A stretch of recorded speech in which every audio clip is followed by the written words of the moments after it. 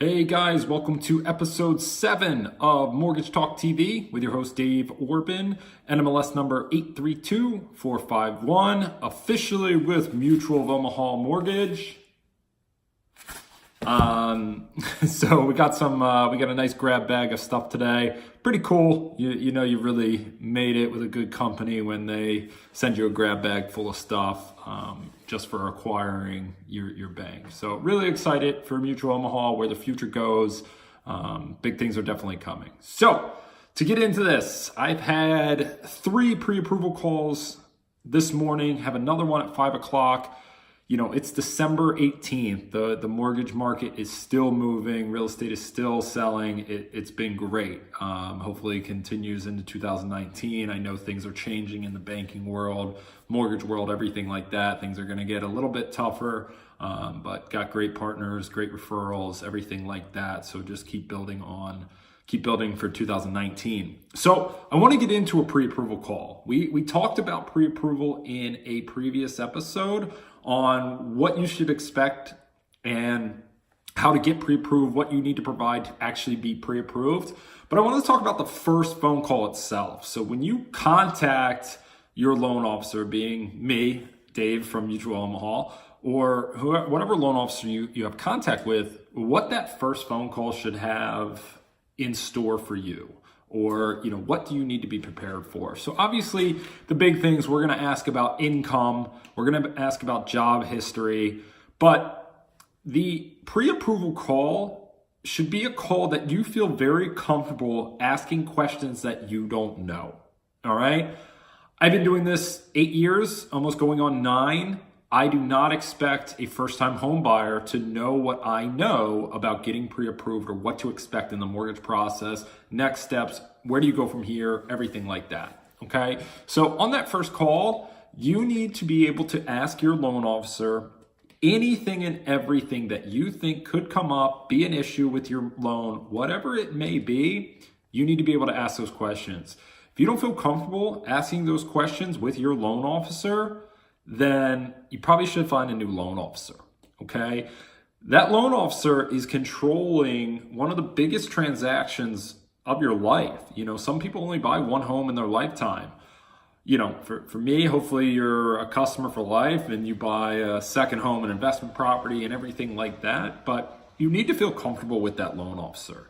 That loan officer also needs to be able to ask you questions that don't hurt your feelings, but are questions because he knows that an underwriter may ask. All right. Perfect example. I got a great client right now. They're buying a house about probably 12 miles from my house. Borrower is a Baltimore County police officer, and the wife is a school teacher. She's actually a school teacher in Delaware. So where I live, we're about probably 50 or so minutes from where she teaches. So she's got a long commute coming ahead.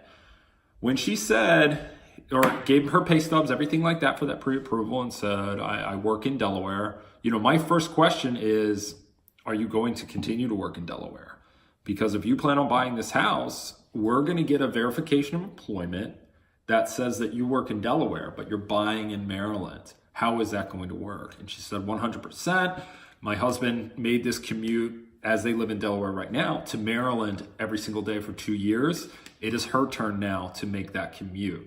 But these are questions that we ask, and borrowers don't get offended, because we want to make sure that when you make an offer on that house, we know you're getting you into that house, okay? So those types of questions, like, are you really going to continue working there? That's a long commute. How is that going to work? And her answer is great. I've been here, she's been at that employer 6 years. I love where I work. I'm going to continue working there, and I'm going to suck up making that commute. So those are types of questions that your loan officer should be asking you, and they're questions so we know that we can close your loan. All right. And that's what that first call should be all about. Why you're trying to get pre-approved, getting all those questions out of the way so that when we present you a loan package saying this is your program, this is the interest rate, this is everything, we know why everything else has to go into it. Okay, it's not as simple as just here's your rate, here's your payment, can you make it?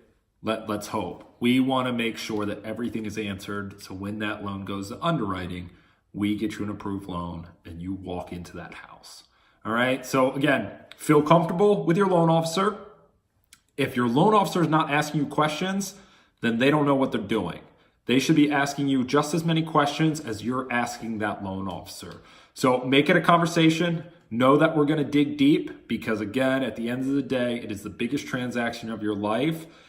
If not the first, maybe hopefully the second, whatever it is. It's a lot of money. Either way you swing it. And we want to dig down deep to know that we're putting you in the best situation. And we know that once we start this loan, you get a contract on that house, we're going to get you into that house. That's it. Thanks for tuning in. I'm going to keep pumping these videos out. Please don't mind the holes in the wall. Sorry about that. It looks terrible.